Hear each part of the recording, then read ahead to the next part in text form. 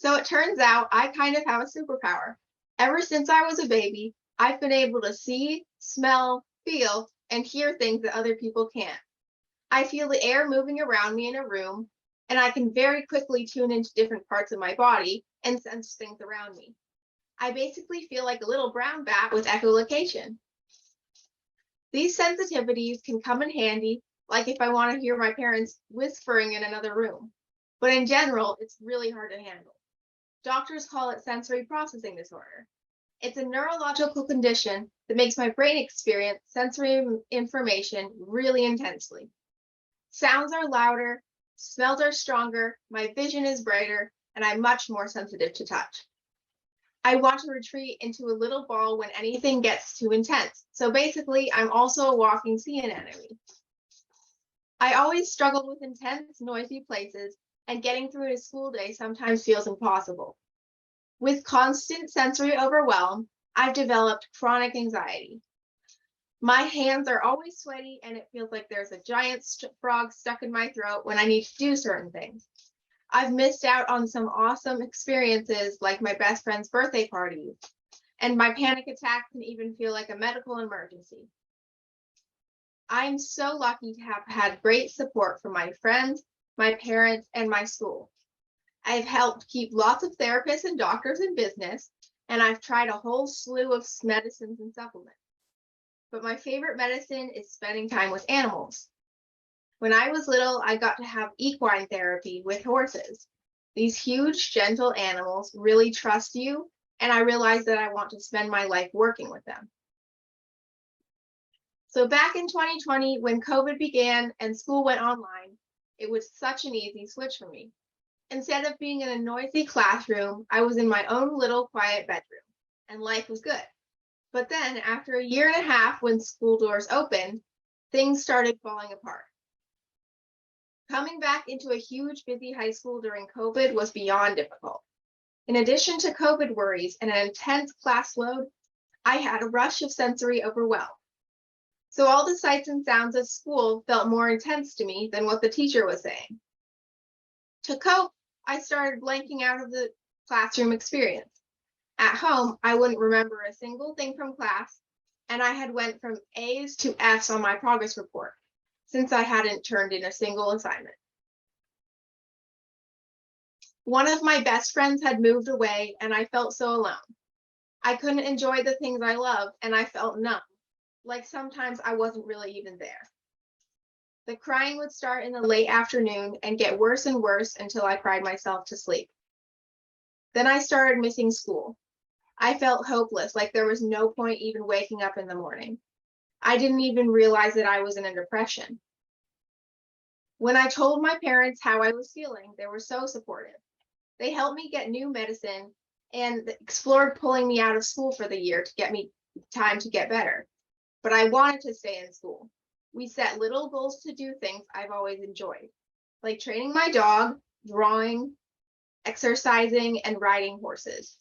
I forced myself to invite friends over and watch funny cat videos together, which of course helped, and my teachers also gave me extensions on classwork.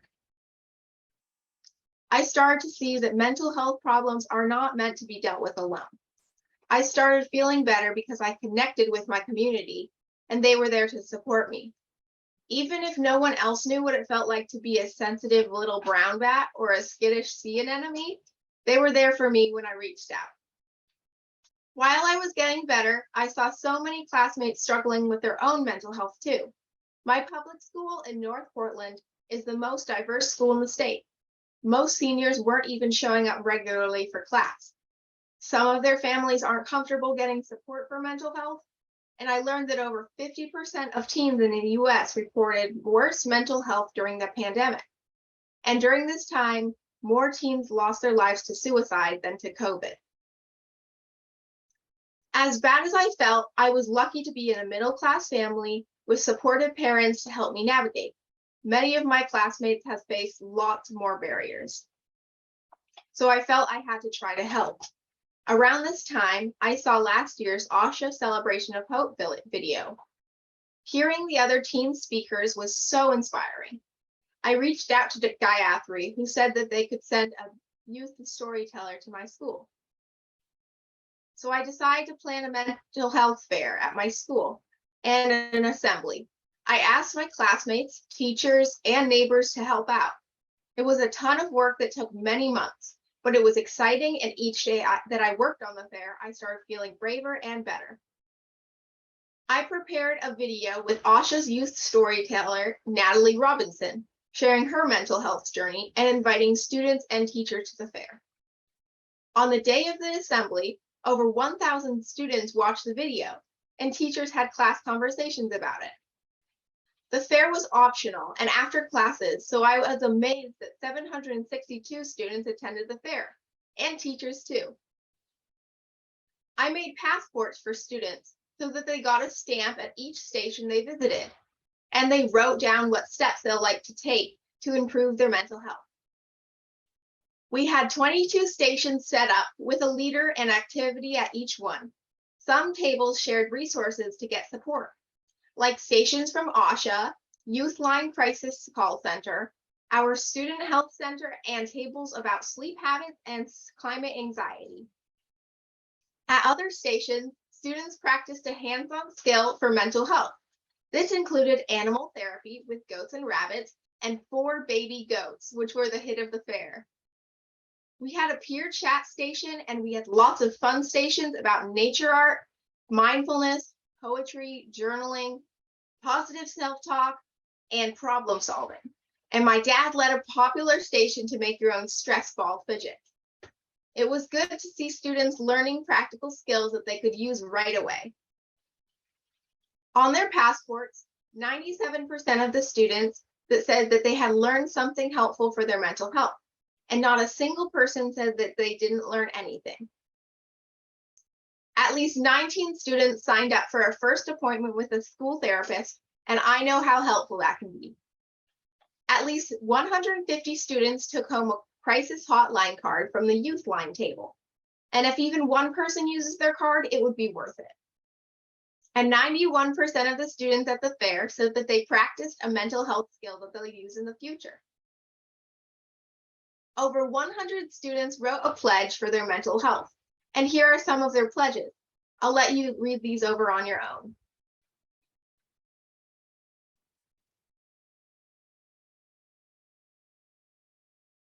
My neighbor Ursula volunteered, and this is what she said. It was such a change for all of us to see each other in all our shapes, sizes, and ages in one room. To know that any of us at any time could be having fears, anxieties, and struggles. It is so important to feel like we can share, and this event reminded us that we can. Ursula McCabe, a volunteer. At the fair, we realized we're not alone, and we saw how much support there is in our school. Afterwards, my principal and some students asked if we could do it again next year, and I'm already planning it for the spring. By the way, if you'd like to have a table or volunteer, just let me know. The fair was good for my school, and it was kind of a lifesaver for me. Planning it pushed me out of my bubble, and it helped me connect with people. When you're in the middle of a mental health crisis, the last thing you want to do is be around other people. But to feel better, you have to connect. Togetherness is where the help is.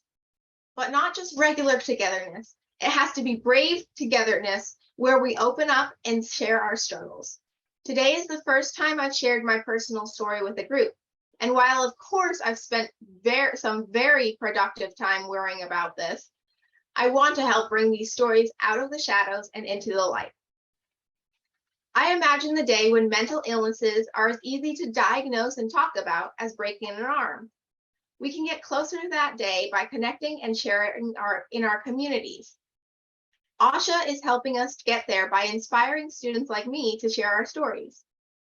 ASHA is making sure that one student at a time, we are changing the culture of mental health. You can make this change possible by supporting ASHA International and making a gift today. Together, we can end the stigma so everyone has the knowledge and tools to enhance their mental health. Thank you for helping change the way we think, talk, and respond to mental illness. And thank you for listening to my TED Talk.